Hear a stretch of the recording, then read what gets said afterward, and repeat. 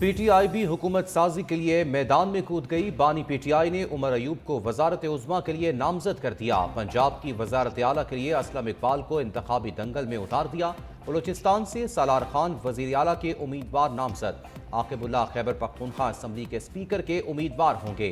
KP की वजारत आला के लिए अली अमीर गंडापुर का नाम पहले ही फाइनल किया जा चुका है।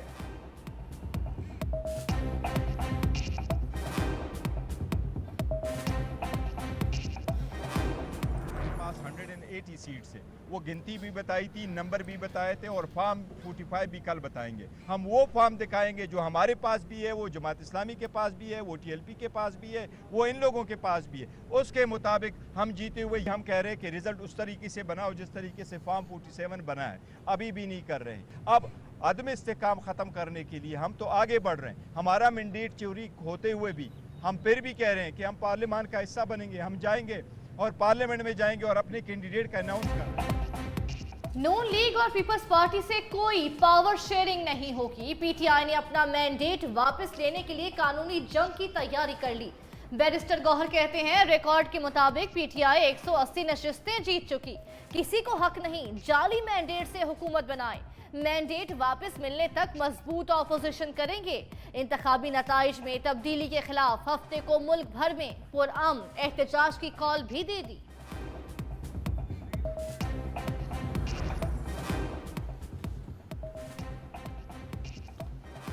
आए मिलकर हुकूमत बनाए। माजी के दो सख्त हरीफों में बर्फ पिघलने लगी। साबिक स्पीकर कौमी असम्बली असद कैसर का JUI फेक के सरबराह मौलाना फजलुर रहमान को टेलीफोन। बैरिस्टर गोहर की क़यादत में 5 रुकनी वफ्द आज रात मौलाना से मुलाकात करेगा।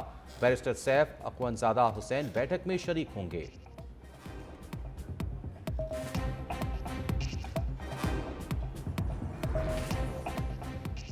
पीपल्स पार्टी ने पीटीआई के लिए भी दरवाजे खोल दिए। सीनियर रहनुमा फैसल करीम कुंडी कहते हैं, पीटीआई ने अभी बाज़ाब्ता तौर पर राब्ता नहीं किया। राब्ता हुआ तो कमेटी मुज़ाकरात करेगी। 6 रुकनी कमेटी से हुकूमत साजी से मुतालिक मुज़ाकरात किए जा सकते हैं। दूसरी जानिब बैरिस्टर सैफ की पीपल्स पार्टी के साथ राब्ते की तरदीद। कहा, धांधली के खिलाफ एहतजाज करने वाली जमातों से बातचीत करेंगे। बानी पीटीआई ने नून लीग और पीपल्स पार्टी से बात ना करने का कहा है। पीटीआई पार्लियामेंटेरियन से बात हुई ना ही हो सकती है।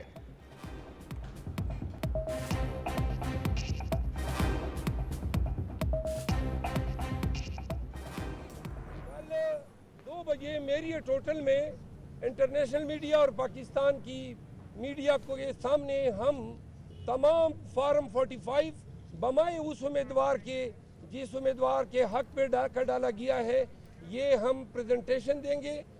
सलमान अकरम राजा साहब जो हैं वो प्रेजेंटेशन देंगे और तमाम मीडिया से, इंटरनेशनल मीडिया से दरख्वास्त है कि 2 बजे जो है वो मेरी टोटल तशरीफ लाएं। तहरीक इंसाफ ने फॉर्म 45 का मामला आलमी सतह पर उठाने का ऐलान कर दिया। शेर अफजल मरवत का कहना है कि कल दिन 2 बजे इस्लामाबाद के मेरिट होटल में इंटरनेशनल मीडिया को प्रेजेंटेशन दी जाएगी।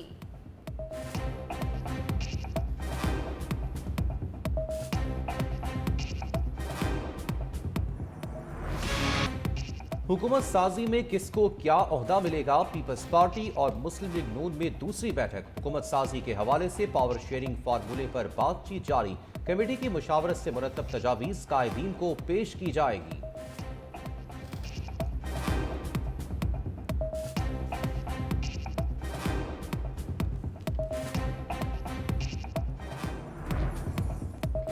असलम इकबाल को पीटीआई के साथ वफादारी का सिला मिल गया। पंजाब की वज़ारत आला के लिए नामजद होने वाले असलम इकबाल तमाम मुश्किलात के बावजूद पीटीआई के साथ डट कर खड़े रहे। MBA तक तालीम हासिल करने वाले असलम इकबाल ने 2001 में अमली सियासत का आगाज बल्दियाती इलेक्शन जीत कर किया। 2013 में पीटीआई का हिस्सा बने और अपोजिशन में रहकर अपनी अहमियत साबित की। 2018 में पीटीआई के टिकट पर दोबारा जीतकर अहम वजारतों में काम किया। गैर मुल्की सरमायाकारी मुल्क में लाने और सनती शोबे के फरोग में अहम किरदार अदा किया। मेरा एहतसाब से एतमाद और उम्मीद खत्म हो चुकी। मुल्क में इंतखाबी नताइज पर सवालात उठ रहे हैं। EVM होती तो ये मसाइल ना होते। पर्ची के साथ कंप्यूटर वोट शुमार करने का भी ऑप्शन था। सदर मुमलिकत डॉक्टर आरिफ अलवी का तकरीब से खिताब, कहा मुल्क पर एलीट क्लास का कब्जा हो चुका, मुल्क को मुत्तहद करने के बगैर कुछ मुमकिन नहीं। सुकरात को भी 2 ऑप्शंस दिए गए, कहा गया मुल्क छोड़ दो या जहर पी लो। सुकरात ने मुल्क छोड़ने के बजाय जहर पी लिया।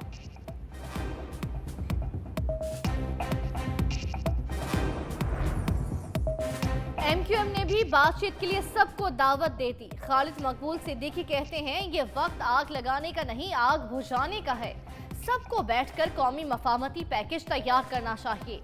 एस्टैब्लिशमेंट को निशाना बनाना मुल्की मफाद में नहीं। मुस्तफा कमाल बोले आजाद उम्मीदवारों को बानिया पीटीआई के नाम पर वोट पड़ गए। सियासी जमातें सोचें, बानिया पीटीआई की मोहब्बत में वोट पड़ा या हमारी नफरत का।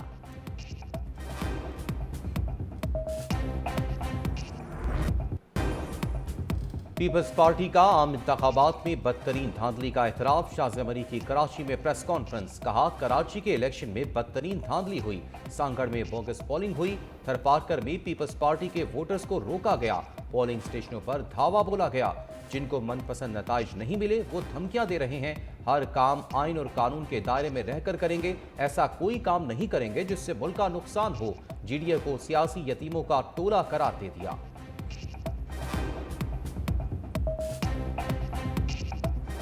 ये इलेक्शन धांधली ज़दा है, ये इंतखाबात के नताइज जाली हैं और इसके नतीजे में बनने वाली हुकूमत भी मुतनाज़ा और जाली है। और महज इक़्तिदार की हवस में कभी कोई लाडला बन जाए, कभी कोई लाडला बन जाए, सियासत को इंतकाम की सियासत न बनाए। जमात इस्लामी ने भी इंतखाबात धांधली ज़दा और नताइज जाली करार दे दिए। चीफ इलेक्शन कमिश्नर से इस्तीफा मांग लिया। जमात इस्लामी के रहनुमा लियाकत बलोच ने मीडिया से गुफ्तगू में कहा मुल्क खौफनाक पावर पॉलिटिक्स में मुब्तला है। इक़्तिदार के लिए कभी कोई तो कभी कोई लाडला बन जाता है। 30 से 40 हल्कों के नताइज तब्दील किए गए। आइंदा हुकूमत कमजोर और मुतनाज़ होगी, जिससे अवामी मसाइल बढ़ेंगे। जो जीत गए वो भी परेशान, जो हार गए वो भी परेशान हैं।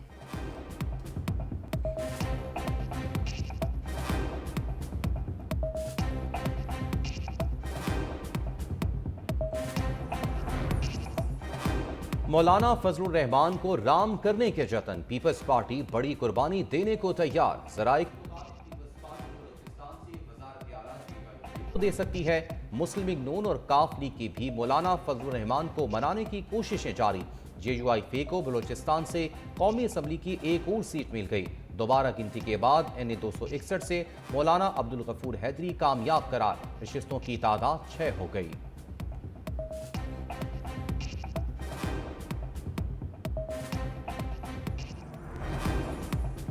इलेक्शन कमीशन ने NA 15 मानसहरा से नवाज शरीफ की दरख्वास्त खारिज कर दी। शहजादा गुस्तासिब खान कामयाब। इलेक्शन कमीशन का फॉर्म 49 जारी करने का हुक्म। इस्लामाबाद की नशस्तों पर कामयाबी रिवर्स होगी या नहीं, चीफ जस्टिस आमिर फारूक आज महफूज फैसला सुनाएंगे।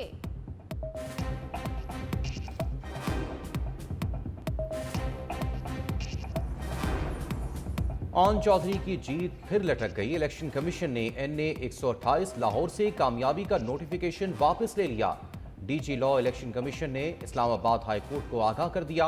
इस्लामाबाद हाई कोर्ट के चीफ जस्टिस आमिर फारूक ने सलमान अकरम राजा से कहा, आपकी दरख्वास्त इलेक्शन कमीशन के पास ज़ेर इल्तवा है, वहां जाएं। DG लॉ ने सलमान अकरम राजा की ज़ेर इल्तवा दरख्वास्त कानून के मुताबिक सुनकर फैसला करने की यकीन दहानी करा दी।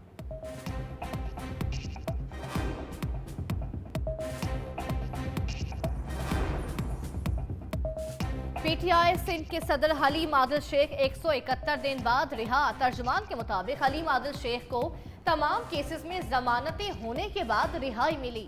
हलीम आदिल शेख का सेंट्रल जेल कराची के बाहर शानदार इस्तकबाल।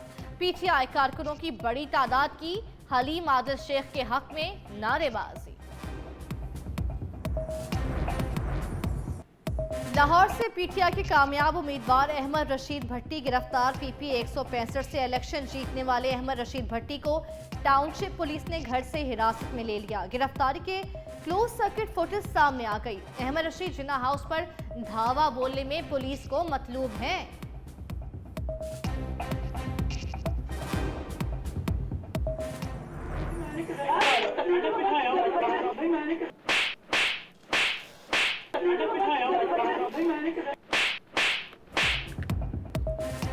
पुलिस एहलकार को थप्पड़ मारने का केस, फिर दो आशिक अवान ने इलेक्शन कमीशन में समाअत के दौरान मुआफी मांग ली। तहरीरी जवाब भी जमा करा दिया। मुतासरा पुलिस एहलकार ने भी रिपोर्ट जमा करा दी। इलेक्शन कमीशन समाअत का हुक्मनामा बाद में जारी करेगा।